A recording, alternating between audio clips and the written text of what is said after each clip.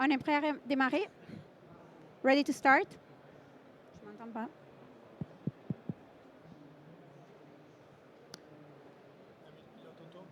Hmm? Can you hear me? Yes. Test. Fantastic. Hello, everyone. Good morning. Welcome to the first roundtable of the third day of Global Industry, titled Trustworthy AI, a framework for an ethical, reliable, and certified European AI offer. I'm Agata Hidalgo, European Affairs Coordinator at France Digitale, the largest startup association in Europe. And today I'm sitting with a panel of experts from across the research, corporate, and startup worlds to discuss what it means to do trustworthy AI in the industrial sector. I'm very happy to welcome on stage Cécile Pereira, AI researcher at Total Energies and director of the joint AI SINCLAIR lab. Hi, Thank Cécile. you. Hi. Athanasios Kontopoulos, computational and data science scientific director, R&D international fellow at Liquide. Hi, Athanos. Julien Chiaroni, program director of the great challenge, How to Secure, Certify, and Make Reliable AI Systems at the French General Secretariat for Investment. Hi, Julien. Hello. David Cortez, founder and CEO of the startup AI Evidence. And last but not least, connecting from Germany, Sonja Zillner, lead of the core corporate technology module Trustworthy AI at Siemens. Hi, Sonja. De Siemens. Bonjour, Sonia. Thank you for joining us hybridly. So, Merci d'être avec nous en ligne. I just want to let the audience know that if they have questions at the end, we'll have time for S'il y a that. des questions, Lovely. Before we start, I would just like to set the scene a bit.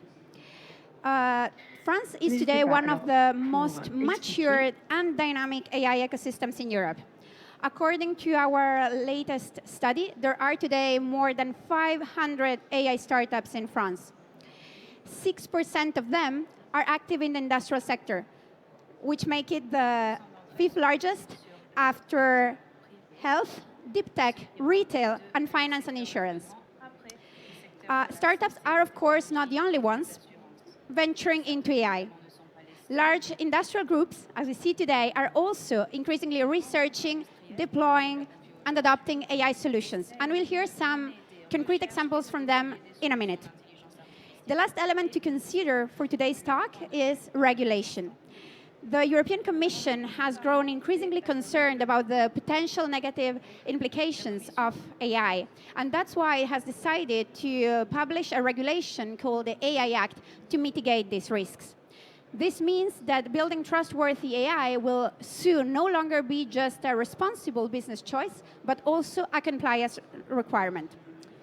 Without further ado, I'd like to start with the discussion. And I would love to know more about you, your companies, and your take on trustworthy AI. So my first question to you is, what is your role and what is the understanding of trustworthy AI in your company? Do you have any concrete examples? Cécile. Yes, so thank you for the question and thank you for the invitation. So I'm Cécile Pereira. I'm a researcher at Total Energies and I am the director of the SINCLAIR Industrial Laboratory based in Saclay. And so Total Energy has the ambition to become a world-class leader in energy transition. And to do so, we are working on solar, and we are trying to build a solution to be able to set up the solar systems everywhere around the world. We are also working on wind, and we are also, for example, working, and I'm personally involved in carbon capture solutions. So one of my activities is also to lead the SINCLAIR Industrial Lab. And this lab is a joint lab between EDF, Thalès, and Total Energies. And we are aiming to address some questions relative to artificial intelligence. So let me now tackle the question about the explainability and the trustworthy AI. So I think on some cases, AI work fine. And we can think, for example, with deepfake. It could help for movies. We can think about how we can predict customers what they would like to buy. And for example, Amazon is doing it really well. And we can also think about how in medical sector we can predict which cells are cancer or not based on images. So all those are working well, and maybe they do not need any explanation. But in our sector, there is also need for trust. And what we need to obtain trust, I think, it's accountability. And to build this accountability, I think there is two main requirements. There is an ethical requirement. We need fairness, privacy, safety of the data. And there is also technical requirements. And to do so, I think we need to make sure that the tools are performant. But we need also to work on the transparency of the model. And for that, we will look particularly at SINCLAIR in local and global explainability. So one example, just to finish, to answer that question. So one example we can all think about is predictive maintenance. So in our companies, at Total Energy in particular, we have a lot of industries, and we need to make sure that the tools that we have are not breaking.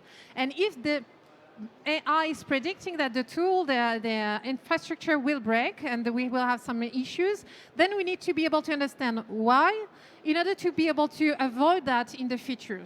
And so we need to have the machine learning model predicting that it will happen, but also understand why it will happen, in which condition, what is important to solve the issue in the future.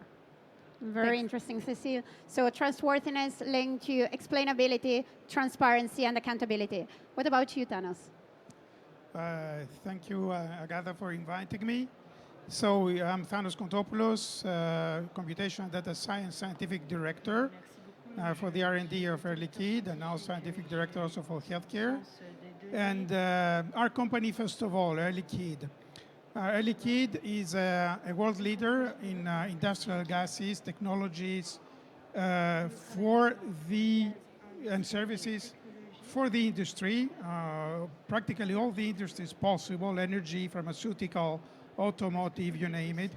And also for healthcare, this is our department that takes care of a lot of patients at home and also for hospitals. So this is what my company is doing. And within Air Liquide, we have, of course, the R&D corporate department, when I lead a lab of more or less 60 data scientists that work quite a lot on energy transition, because we're also very committed as Total and very engaged in energy transition through the hydrogen, for instance, production, carbon capture, and so forth. With very strong commitments to reduce, to be carbon neutral by 2050. And also, so we work on all these topics around energy transition, about healthcare, and so forth. Now about AI, more specifically for us, and the trustworthiness. AI is going to be trustworthy in the next years, or it is not going to be at all. We need, of course, trust for AI algorithms. So to be a bit more specific now about some use cases. First use case is we have hundreds of plants, of production plants, of hydrogen and oxygen, for instance, oxygen for hospitals and for industry. And in those plants, we have millions of sensors that allow us to capture more than 3.5 billion data points per day. So it's huge. So no human can treat all that. So we have AI algorithms, and we need to trust the data that come to these algorithms. So we're working on new algorithms that use technologies such called active learning to check upon the validity, the trustability of the data points. That's very important. Also, we have other applications and use cases when we need, for instance, we made forecasting for oxygen production for our clients, and we adjust the production to the demand. So there we need to make sure that the confidence levels of our predictions are certifiable, are trustworthy. So these are main topics on which we work. So we need also explainability, as Cécile mentioned. So these are main topics: trustability of the data points, robustness of AI algorithms, explainability. These are things we're working on. So a strong commitment to healthcare, a big challenge managing big amounts of data. and certifying confidence intervals. And I think confidence is the key word to link to our next speaker, Julien. What about you? So thank you. First of all, I would like to thank you a lot for the invitations today. So I work for the French Secretary General for Investment. So our goal is to invest in research, innovation, and industrialization in order to prepare the future and to tackle the main societal challenge such as climate change, etc., etc. And we decided maybe 2 or 3 years ago to launch a specific program on trustworthy AI. So why? Because if we want to meet the benefits and the AI value creation, we need to tackle the challenge of industrialization, and trustworthiness is one of the critical points for this industrialization. And just to mention some initiatives that are for me highlighted this issue. We have, for example, the Manifest AI in France, and they mentioned that the question of trustworthiness is really key for industrialization, but also to meet the business. So that's why we decided to launch a market value of what is trustworthy AI. And when we look at this market value, we see that 50 to 60% of the application will need trust. So the question after is, what is really trustworthy AI? In fact, trust is for a system. When you have something, you develop a system, and after he will make choice only on what you are decided to make at the beginning in the design phase. And in fact, for AI, there is a huge complexity of defining the trustworthiness. We have accountability, explainability, etc. Because the question of trustworthy for AI is a set of characteristics. We have some technical characteristics, robustness, fairness, etc., etc. We have the question of human-machine interaction, so with explainability. And we have also the question of societal risk, societal challenge, privacy, etc., etc. And when we look at the overarching characteristic of what is trustworthiness, there is roughly 20 to 30 characteristics. And we have to take it into account when we develop a system that this, at the end, will be compliant to all these characteristics. And that's a safe system, that's a responsible system, that's a trust system. I think you're making a very interesting point here in that trustworthiness is just not one thing. It's made of different characteristics. But you also mentioned there's a market value behind trustworthiness. So I want to ask David, how do you approach trustworthiness in your startup? Hi, well, thanks a lot for inviting me. We'll end with Germany. Maybe we should be more polite to start with you before I do, but as you like. So, well, Evidence is a quite young company. It's a 1-year-old firm and dedicated to explaining the machine learning models. So right from the start, and this is the only mission of the company, quite clearly about everything that has been said, there is a transversal issue with more machine learning, which is about explainability. And you've got, it's as a basis of everything. If you want to tackle ethics, you've got to know what your model does already. When you tackle stability, robustness, you've got to explain in a way what the model does. So, quite modestly, we try to put a methodology and a tool to help on that. When introducing another concept that we're going to test with Confiance AI and Liquide, and it is about not only local explaining one decision, not only trying to get the influence of one single predictor in the model, but in between, in a way that we can leverage prior human knowledge in introducing it to the machine learning model. So So, well, explaining AI, and in the near future, we're preparing the auditing part of the regulation. So, Quite a That's it. great mission, yeah. Explaining machine learning models, quite a challenge. You're also bringing up the point of methodology, which is very important when it comes to consistency in ensuring trustworthiness, and that's part of it. and if you would just add another things, yes, basically we started with the issue of adoption, which is when a machine learning model comes live in production, they've got to, well, before the last step in it is to make the business owner, the model owner, use it, actually, accept to use it. So this is one short-term issue that has been tackled, and then afterwards the regulatory part. So Definitely, definitely. Back to the corporate world now. Sonia, what's your role at Siemens and how are you approaching trustworthiness in your company? So first, also a warm welcome from my side. I'm happy really to be here. I'm working at Siemens in the industrial sector. So basically what I would like to share is the industrial perspective. This is more or less like complementing what the other speakers have already said. I need to switch down because I have double sound. Wait, no.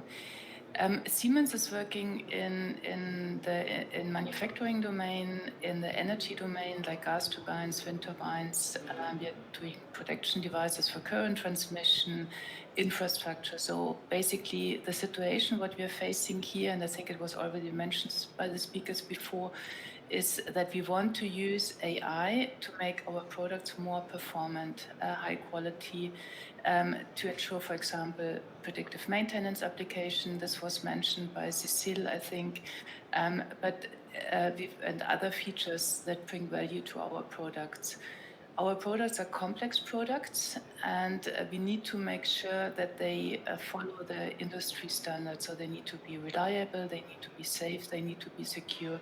And we have a lot of regulations already, like the machinery directive, we have it out. So we need to make sure that our products, which now are incorporating AI components, follow these standards. And all the work which aims towards ensuring this is what we call industrial trustworthy AI. So in other words, we require industrial AI products to follow high quality standards as we used to have them also before. And for doing so, now the question is, how can we take action? This is now the question. And looking at AI, I mean, there's a life cycle of an AI. AI has a particular life cycle, and we need to take action on these levels, right? And so this encompasses the design of the product. So how is it designed? How are you interacting with humans? How is it developed? Giving the data preparation, the AI algorithm, then the embedding into the software, and then also how the process was done and the operation. How is it standardized and how it is compliant to the regulation, for example, the upcoming AI Act. So basically, what you see here, that this is like wide range of actions are needed. And now I'm telling you my role at Siemens. In Siemens, I'm leading the Trustworthy AI core module. This is like, the role here is to connect all stakeholders inside and outside, from outside Siemens, to ensure that all the activities which are taken are aligned. So it's on the one side that the technology development is aligned to the upcoming requirements, maybe high-risk requirements from the AI Act, or also the requirements from other regulations like the Machinery Directive. We need to connect the experts in conformity assessment, in regulation, in standardization. We need to connect the research people and the product owners who knows what are the next features they want to advance for advancing the product. So basically that's what my role is here. And for that reason, I'm so happy to be here, because this is another reason to connect people who are working in the same area. Definitely. And I think you brought up plenty of issues that we'll dive deeper into during the panel, from security, compliance, standardization, and the importance of collaborations and involving all stakeholders that are involved in the life cycle of AI and also in its operation. But before doing that, I would like to go back to Cécile and go a bit deeper into your work and ask whether you can tell us more about your approach to explainability, which is a word that has popped up several times. Yeah, so thanks. So at Total Energy and at SINCLAIR, we are working both to apply explainability and describe the machine learning model for the AI, for the person, like the data scientist, but also for our customer. And in our company, often the customer is in the room. The customer is your colleague, and he needs to understand what you are doing. So let me just tackle the question with an example. So recently, we just had a patent on detecting detecting with anticipation some flooding events that are some problems that could happen in our refineries. And in that specific example, we apply several approaches, but among them, we apply causality approach. And that causality is often due in epidemiology domain, and it allows to kind of understand what are the causes that bring the event to happen. And so here, what we were trying to answer to is like not exactly, will I have a floating event? That is already fairly something important, and I want to be able to know that. But I want to understand why. Why is it happening? And behind that why of our customer is like how the model is working. When is it working? When is it not working? Why does it work? Why is it working that way? And did it learn something that I didn't know before? And in that case, can you explain that to me? And so to answer to all of those questions, we are applying mostly four main kind of methods. The first one is sensitivity analysis, and for those that are doing research, you might already have known about sharp values. That is a really common way to do that.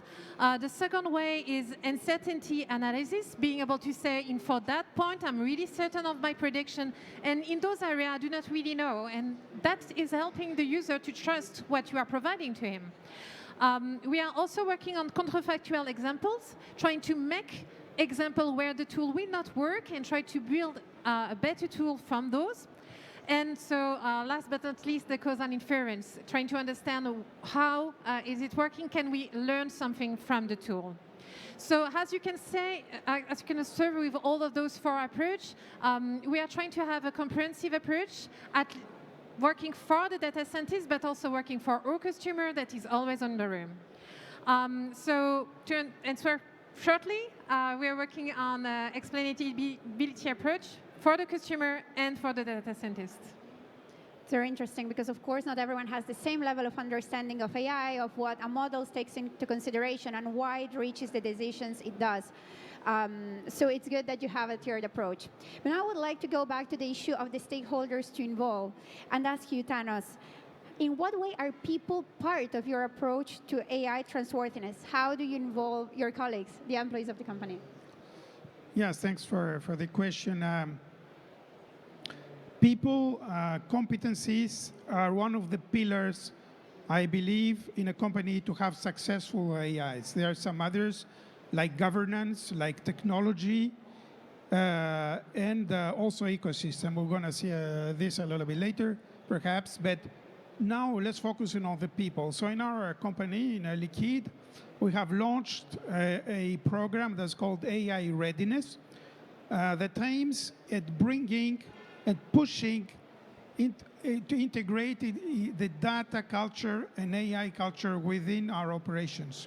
So we aim at having 300 more data scientists and analysts within our operations, and we have launched already training, coaching programs within the company to do so. So what are they going to do? They're going to be integrated, say, in our businesses in ops to trigger actions faster and in a more reliable way thanks to trusted AI. So this is one big pillar. Another one is we have understood also that the managers in the company, let's say the middle management, even the top management, needs to have better ideas, better understanding of what is AI. So we're training also our managers on AI and data culture within the company. So this is another pillar, and all that is very, as I said, very focused on the people and the culture. We also have and deliver quite important events within the company related to AI and data projects. We call this Data Summit. Every year we repeat it. We have thousands of people within the company that follow the evolutions of AI internally, what happens with our projects, the successes that we have. And also we invite a lot of external people that give conferences that come from academia, that come from other parts of industry, from the state, and so forth, to enlighten us with what is going on. So culture is extremely important for us, and one of the big pillars so far is AI strategy for the future. So if I ask you this question in 5 years, maybe, and data culture will be more pervasive in Liquide, and everyone will have like a minimum understanding of AI at the very least. I'll ask you that question then. I want to go back to another thing that you and Sonia mentioned earlier, which is the importance of certification and standardization, both within your company and towards your clients and your stakeholders. And standardization and certification are really the core of your mission, Julien. So I wonder, what actions are you taking to make sure that all types of companies, including small players like startups and SMEs, have a say in the setting of these standardizations that are then used across the board by all companies? It's really an important question for me, because in fact Sonia mentioned already this point, but when you will develop your product, you will need some engineering, some conformity assessment, and some evaluation on one time of your system. So to be sure that at the end, the trustworthiness is taking into account from your development to your use of this system, which was developed for you or for someone else or for some specific application. And in fact, the EU Commission decided to promote a regulation with some high principle and give a really important part of the work on standardization. Because standardization will provide the specifications, the requirements, some guidance, some methodology that you will use to be sure that your system is trust. And actually there is lots of work on standardization at the EU Commission, but also in international committee. And the main difficulty for me is really how we can promote our approach, our value into the standard, because they will structure the ecosystem. So that's why we decided in parallel with some technological initiative, we are launching some initiative to support standardization at the European level. And we try to structure the ecosystem for that. And so we have an initiative with AFNOR. We are also working with France Digitale in order to promote the involvement of startups into standardization, because at the end, it's cost intensive, it needs time, it also needs some specific competencies. So we need to support all the stakeholders to be involved into standardization. And it's really, for me, something which is really important, because standardization will be the key to structure all the development and the deployment of AI. So it will important to have all the opinion, all the requirements for the ecosystem, in order to have something which is at the end applicable, actionable.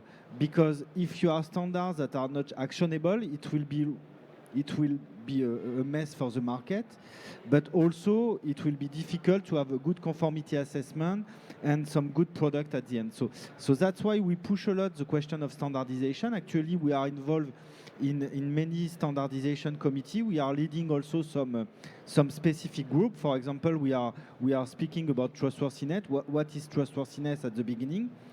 And for that, we see that we need to define what are the overarching characteristics of trustworthiness. And it's one of the group, actually, we are leading at the European level to define the characteristic, to define some KPI, metrics, etc., to evaluate the trustworthiness into your system. So it's really standardization will support the regulation, so will be really critical for all the industrial stakeholders. So we can expect all the people sitting around this table today to be involved in the process, hopefully. And I really encourage everyone to stay tuned because standards sound really technical and maybe even boring, but it's going to come for everyone with conformity assessments. And yeah, for you, David, as well. Yeah, sure. Well, standards are nice to anticipate the regulation and not to look passively at it. So it's a great job to be done. Even if it's technical. Well, yeah, I had a question. Well, my vision about explainability to some contributors. Well, definitely to put it in a nutshell, maybe. Sonia, you do not know that, but we're in the Asimov room. So, well, it directly deals with the Asimov rules that AI should not hurt anyone. So basically, there's two concepts on that, which is dealing with automation about complex tasks, and dealing about growing complexity. So each and every stakeholder on that has to deal with that. So basically, I should say there are 3 points to make trustworthiness for everyone effective. It would be, as has been said, foster interdisciplinary approaches. Also, adapt the explanation to everyone. And then, what we chose to do at Evidence is to focus on the relationship between the product owner and the data scientist. So just to run into details, concretely fostering those interaction deals with governance, as you said, Athanasios, about learning, internal formation, and so on. And basically, for any project, it's about methodology to make it agile, to make quite a lot of regular steps between technical and non-technical guys. And this is definitely a good practice for industrial actors as well. Adapting the explanation to everyone, as you said, causality and explainability is quite key for data scientists and for product owner. So we've got to, on that we're trying to make different explanation for everyone, and we're working with PhD candidates at Telecom Paris, dedicated more to human sciences, to the cognitive biases, and the best formal way to explain to anyone. So, for example, we've got to tell explanation to kind of B2C explanation, which is what we call, I think it's not me, about local explanation. Explain each and every decision the algorithm makes. Telling that approach from the other one from regulators. Julien, you just talk about that. Because it's about robustness, it's about ecosystemic stability, and this is what regulators are looking at. And then, you've got also more concrete approaches about the final customers and citizens as a whole, because, some ESGs, les problématiques RSE, are getting more and more pregnant in the front. Is a good point. So for us, we've developed an app factory to make an interface specific to each contributor. And then, just to put it in other words, focusing on the relationship between product owner and data scientist, this is key for internal adoption, as we said. And well, this is really the key point to rely on existing knowledge. And to try to make, well, a step further using AI. So well, the other name for AI is statistical learning. And so there is a learning in that. So it's as well for humans. So you can retrieve some correlation you've not seen, more complex than you previously know. Using that as a model, well, of machine learning as intermediary steps to improve your models in the real life. So, well, definitely this is the approach we have. Sounds fascinating. It's a very daunting task, like to adapt your explainability approach to different stakeholders, to distinguish between the data scientist, the product owner, and to have that granularity without going too much into the model, just finding the right middle ground. So that's great. Sonia, you mentioned earlier the aspect of safety and security. So I wanted to dig a bit deeper with you into the threats that AI systems in the industrial sector may face. And what are they in your understanding, and how do you address them?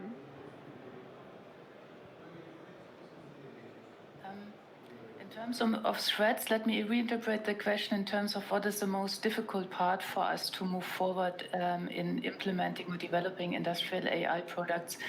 I think the one thing which is difficult for us is lack of data. In industry setting, we do not have as much data as you have in B2C areas. So handling this is more or less like the robust AI algorithms are becoming really of importance because they help us to perturbate, to generate like dirty data or additional data, which then helps us to improve the algorithm. We're also using like simulated data, and the simulated data usually comes too clean. And here again, we need to integrate perturbation in order to make these applications more robust. So this is on the one side. Second thing which is challenging for us is the complexity of industrial products and the fact that an AI component is usually only a small component within a large system, like a gas turbine or something like this. Or like a production facility. And if you then think, for example, in smart engine or smart drive, which has some AI, is integrated not only in one production facility, but in many production facilities. So for that reason, we need to ensure that we have standardized ways forward. So we have standardized measures, standardized controls, standardized KPIs, because in order to speed up the application and to ensure that components are easily integrated in a reliable manner in larger systems, we need to have a common understanding how we are doing this. So this is really central for us. That for that reason also the standardization, I agree here with Julien that this is very important that we move forward there. And the last point, I think, is in the industrial sector, we are moving more and more forward, as was just mentioned before from David, is in terms of automation, and this increases the danger that humans are affected. So if the system is more automated, then you need to ensure that there's no collision with humans, and you need to make sure that the object detection is working in a right manner, that everything is detected when things, for example, are moving autonomously. And you need to explain this to the auditor to convince him that this algorithm is working in a way that he or she can rely on. So basically here you see challenges on different levels. And this is on the one side addressed by advanced technologies, right, like object detection, robust AI, but also in terms of aligning that we're doing this in a standardized manner, in a transparent manner, that we convince the people who audit us. I think you brought up something that's going to come soon for everyone. How do you convince the auditor that your AI system is trustworthy? And it's very interesting that you achieve that, among other things, through standardization. And great that you also pointed out automation, because that's a big part of AI, as well as, and this I really take with me, is AI is part of a bigger system. It's integrated, so it's not a standalone product oftentimes. I think we have time for one last round of questions.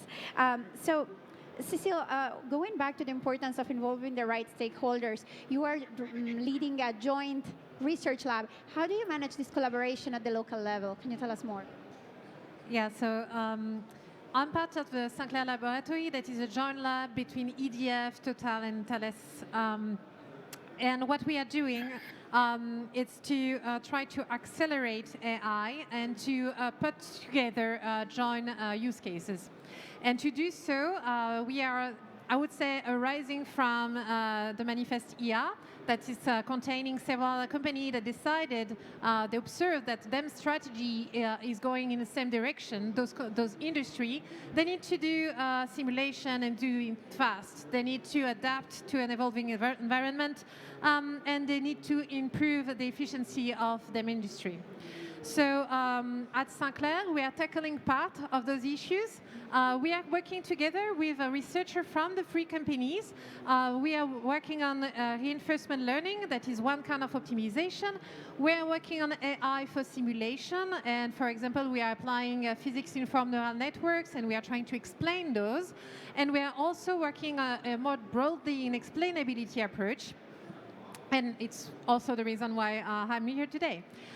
So really, what we are doing is working together, bringing our use cases into the room, and having the researcher share those use cases to bring knowledge and share the knowledge among the group. And we are not doing that on just into the SINCLAIR laboratory. We are trying to involve also the local and the global ecosystem. So we have PhD students that we share into the SINCLAIR area and more broadly. So we're working, for example, with the École Polytechnique. More specifically, we have a PhD student with the CMAP. We are also working with the laboratory in computational science that is called now the LISN at the Paris Sud University. And we have a lot of postdocs that are shared postdocs between the companies. And on top of that, we are trying to bring awareness, and I think what Thanos explained about awareness into the company is important. So we are trying to bring that awareness, and to do so, we are organizing a lot of events inside the companies, but also share with the public. So we have workshops that we are doing twice a year, and we have local events that are really particular to some dedicated topics several times a year. Do you have any events upcoming? Yeah, so we have an event about causality, so it's really linked to explainability. That event will be at the end of May, and you will find more information, so 13 May, more information on the SINCLAIR website, so do not hesitate, or send me an email. Thanks. It's a great moment to discuss causality and explainability more in detail. Yeah. Thanos, there are other ecosystem actors working on AI today. One of them is Confiance IA. What is its role in applying and defining trustworthy AI principles? How are you collaborating with them? Yes, as we mentioned, for us, there are four pillars that are very important. People and culture, we talked about that. Technology, infrastructure, governance, and ecosystem. So that's another focal point. So the ecosystem that you mentioned, Confiance IA, it's important for us. We started 1.5 years ago, 2 years, to work with other 11 partners, or 12 industrial partners to start with. Names like Airbus, Michelin, Renault, Thalès, etc. I cannot mention them though. Liquide, of course. And then we are today more or less 40. 1/3 big companies, 1/3 that come from academia and research institutes like Systemix, Saint-Exupéry, INRIA, CEA, and so forth. So big names also with a lot of intellectual power, I would say, and small companies like AI Evidence here today. etc., that bring technology also to this thriving ecosystem. So I think the central idea is that we have common challenges, so we're trying to elaborate common solutions. So from what we hear today, we have some common, I would say, technical enemies to fight. So we need to fight together to find the solutions. Okay. So at the end of the day, out of this alliance, what we hope to find is a standardization, even certification for our methodologies, for our algorithms. So this is where we're heading. It's an important activity that you're doing, and I'm super glad you are involving startups and small companies as well. And I think there will need a lot of harmonization between what you are doing and other actors are doing. So let me get back to you, Julien. You are participating in standardization negotiations. You are in the standardization committees. How do these meetings go? Can you give us an insight into how this process is? First of all, I would like just to come back to the discussion because we have with Thanos and Cécile. In fact, we speak about standard, we speak about ecosystem, we speak about many things, the trustworthiness characteristic, and I would just try to give you a brief overview of how it's linked together. In fact, when you will develop your system and your product, you will need to fit specification and requirements. That's why standard is so important. But at the end, when you are an industrial stakeholder, to do that, you will need some software tools, some methodologies to take these standards, these specifications, these requirements into account during all the life cycle of your product. So the development phase, the conformity assessment phase, and the rest of the use of your system.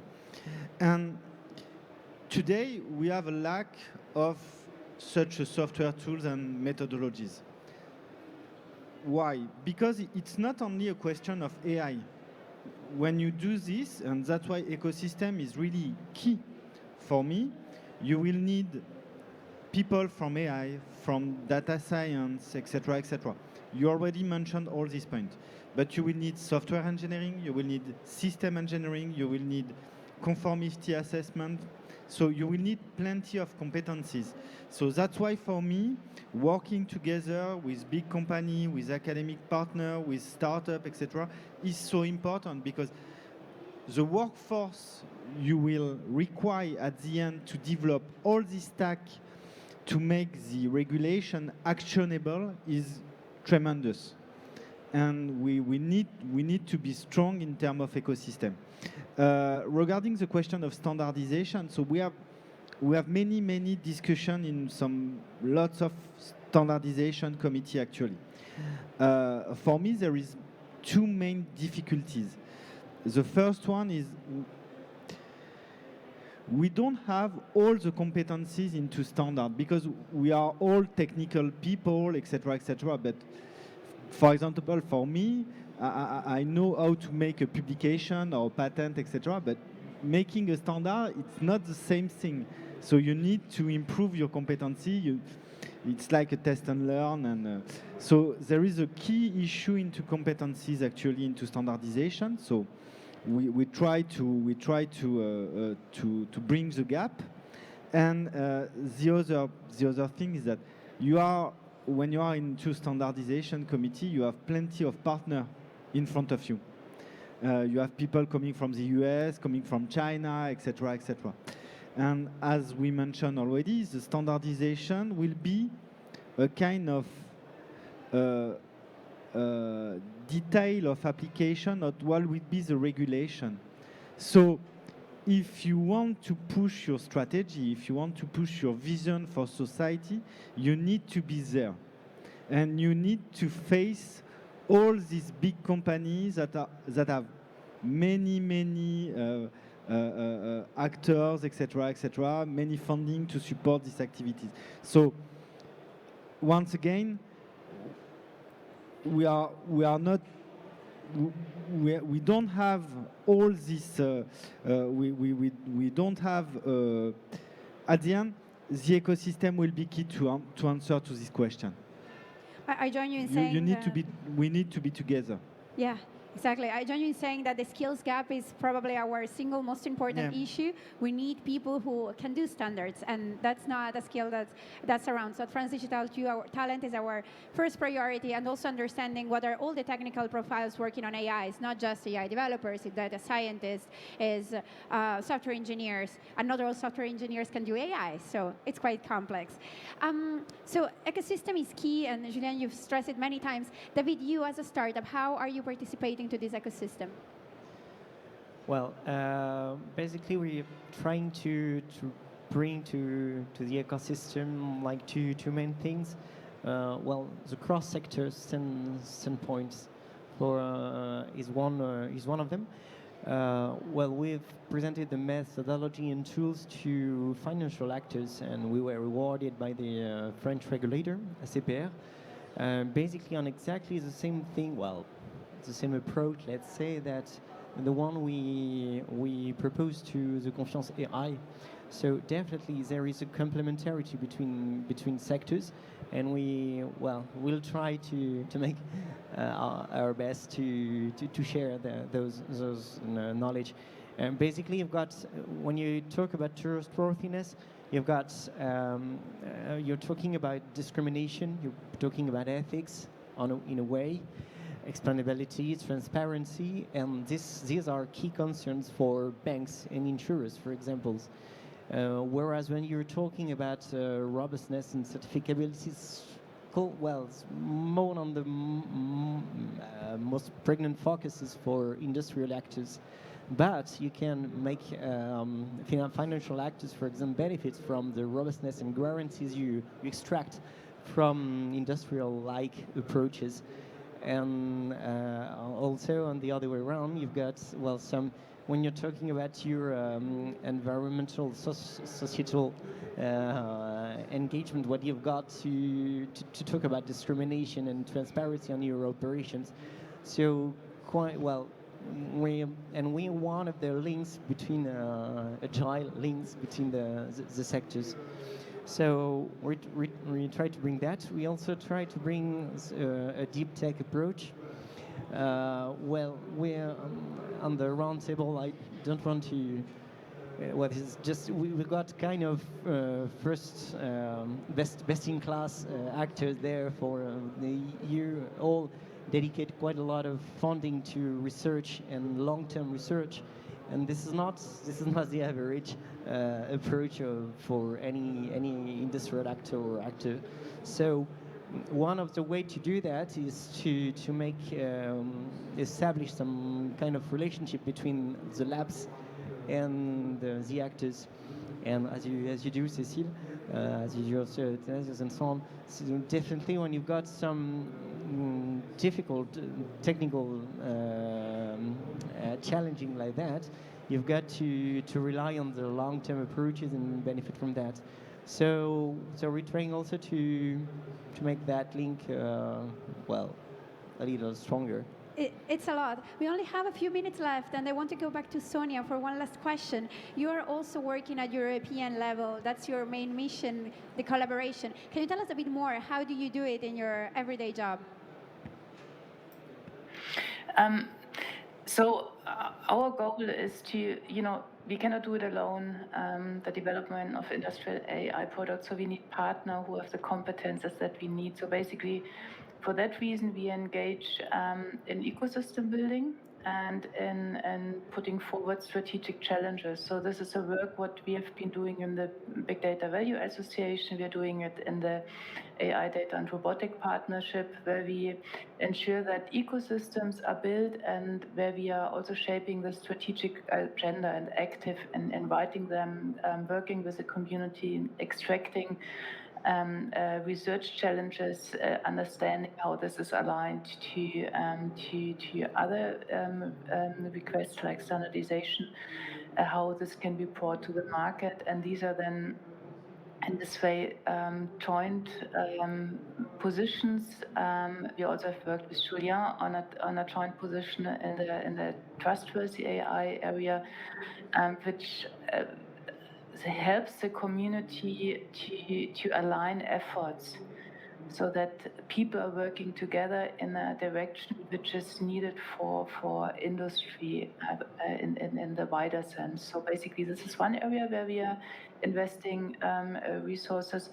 And then we are also, for sure, we are working concrete in projects. From the industry side, we know the challenges, the industrial challenges, in particular the challenges in the deployment, so the last mile challenges, which are sometimes really the nitty-gritty part, but a lot of research questions are included there.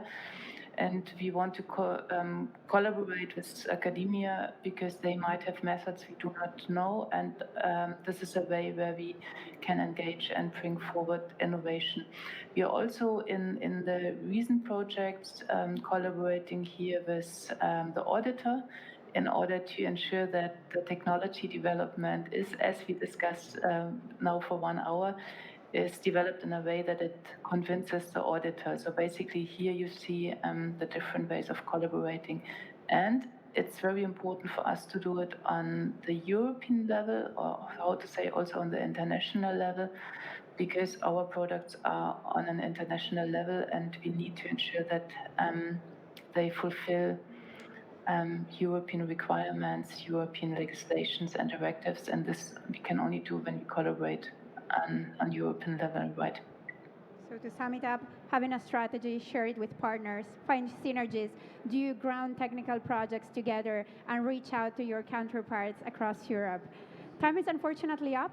I would like to thank you all our panelists today, Cécile, Thanos, Julien, David, and Sonia, for sharing their insights with us today. I invite everyone to look for them elsewhere in the event today if you want to deep dive into what they discussed.